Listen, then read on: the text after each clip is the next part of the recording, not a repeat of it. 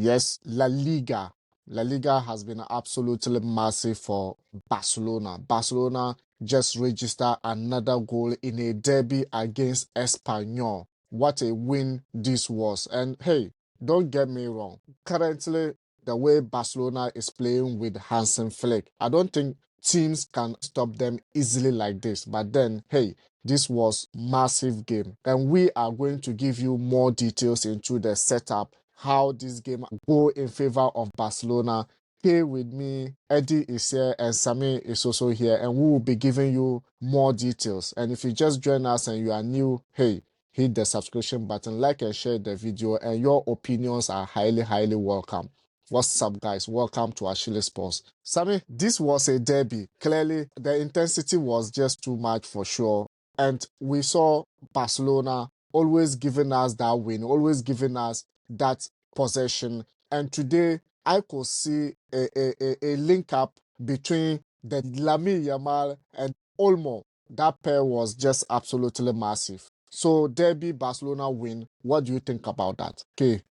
Looking at the score line and the possession, Barcelona just being Barcelona for this season, and they are averaging like 3-4 goals per match, and it's good for them. This coach has really transformed the way these boys are playing, because looking at Barcelona from last season, you could clearly see that there has been a lot of improvement, like a drastic change in the way they play now. And they will give every club, even Manchester City, they will give them a tough game. So Barcelona are doing well. They are doing very well. Eddie, and it looks like Rafinha, who was just struggling under Xavi, cannot just stop scoring. What's the secret behind his form? All right, sometimes, if you are not performing under a certain coach, the new coach has to find a solution, to a system, which I think the center of the game or the game will be evolved around you. So you could say now he is even the face of the team at the moment, despite Lamine Yamal, Olmo, and Lewandowski. Or aside all these players, I think Rafinha has been the face. He's now the face of Barcelona, because he's averaging like a goal or assist in every single game and that's incredible, because sometimes if a team is improving like that, there shouldn't be only one player. There shouldn't be only one player.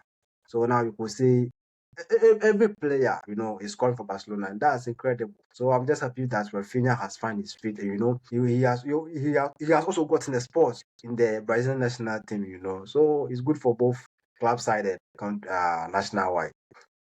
So I think it's good for him. Yeah. Yeah, it's good for him for sure, because this was just a derby, clear one, and I was expecting Espanyol, because some matches Espanyol give Barcelona a tough time. Even though Barcelona didn't register clean sheet out of this game, there was a moment that you could say, oh, Espanyol will come into the game. But okay, Hansen Flick, what a masterclass of a coach. How did he able to transform this struggling Barcelona side last season into a world-class team this season? He is lucky.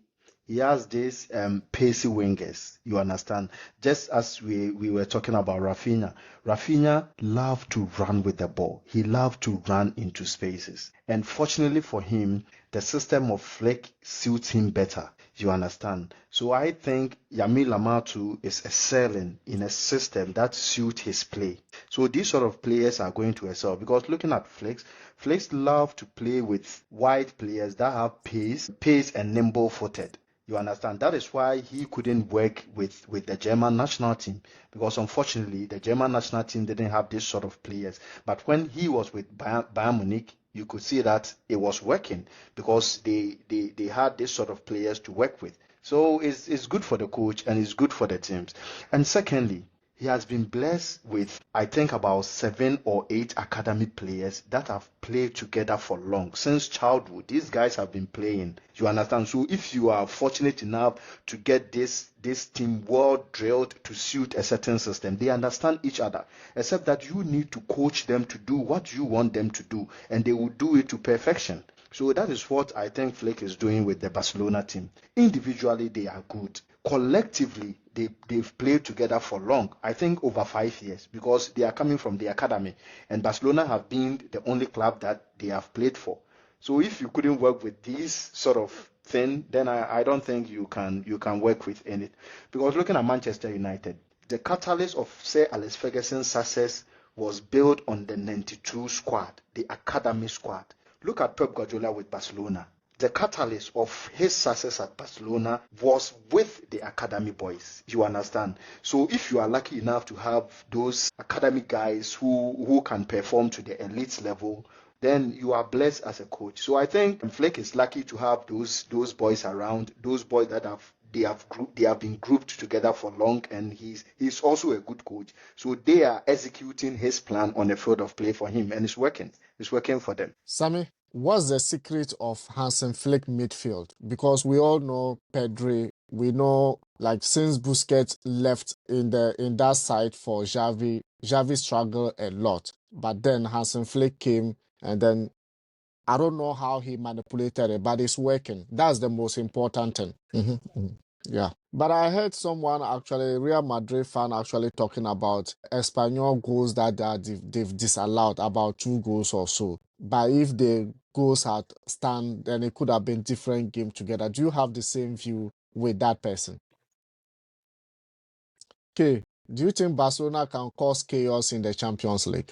With the big guys. I don't know, but I think they are a force to be reckoned with, because I'm looking at the way they are playing and how they are outscoring everybody, because it's like they are averaging around 3-4 goals per match. And then it's not that they are scoring flute goals. They are playing a very good football, and they are beating everybody. So you understand. So I think it's very difficult, because Champions League is a different ball game altogether. It's just 2 matches. And right now, even with the table form, it's just one match after the other.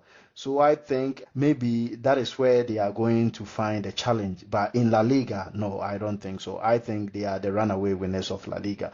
But as to win the Champions League together with La Liga, I think it's going to be difficult. It's going to be very difficult. Eddie, why are you not happy Barcelona is winning? Why am I not happy?